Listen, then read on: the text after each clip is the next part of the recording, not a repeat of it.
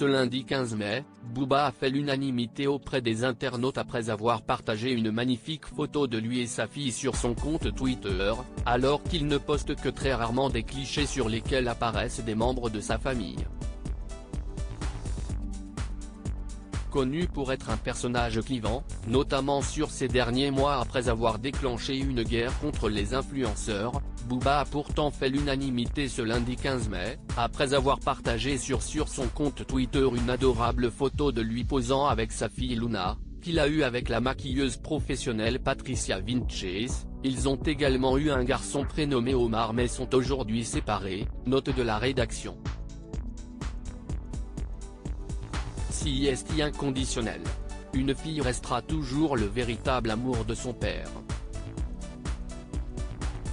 Une beauté cet enfant, pouvait-on notamment lire dans l'espace réservé aux commentaires. Sur ce cliché, le rappeur porte un grand chapeau noir assorti à sa montre et au pull posé sur ses épaules, tandis que sa fille, qui a bien grandi et qu'il serre dans ses bras, est parée d'une magnifique tenue colorée. Ils ont tous les deux un regard perçant, dirigé vers l'objectif. Pour rappel, s'il n'évoque que très rarement sa vie privée, le célèbre interprète de Scarface a déjà partagé quelques photos et vidéos de sa fille sur ses réseaux sociaux. Il en a également déjà parlé dans ses textes, notamment dans le morceau Petite Fille, sorti en 2017. J'ai toujours fait attention. Il s'est également déjà laissé aller à de rares confidences sur sa famille dans les pages de M, le magazine du Monde en 2018, se confiant notamment sur sa nouvelle vie à Miami, avec ses enfants. Je leur parle anglais et ils apprennent l'espagnol en cours. Pour les fêtes de fin d'année, j'ai été à l'école de ma fille, elle a chanté Joyeux Noël en espagnol, c'était marrant.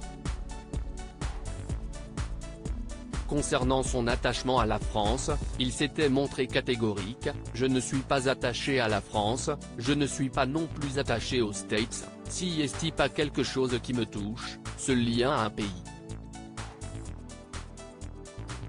Ce qu'il cherche avant tout, si est une qualité de vie, à Miami, je ne vois pas grand monde à part eux, ses enfants, note de la rédaction. Je vais bien au restaurant de temps en temps, avec Gâteau, un artiste haïtien avec lequel il collabore régulièrement, basé comme lui en Floride, mais sinon je ne sors pas trop. J'ai un chef français chez moi, il me fait des tagines, des choses comme ça.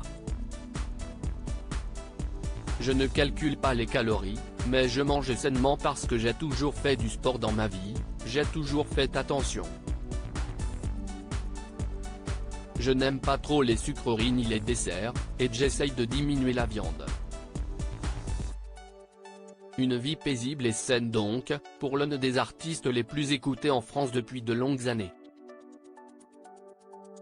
Il semble également avoir changé de maison depuis cette interview, mais toujours pas de pays ni de ville, à en croire nos confrères de Ouest France.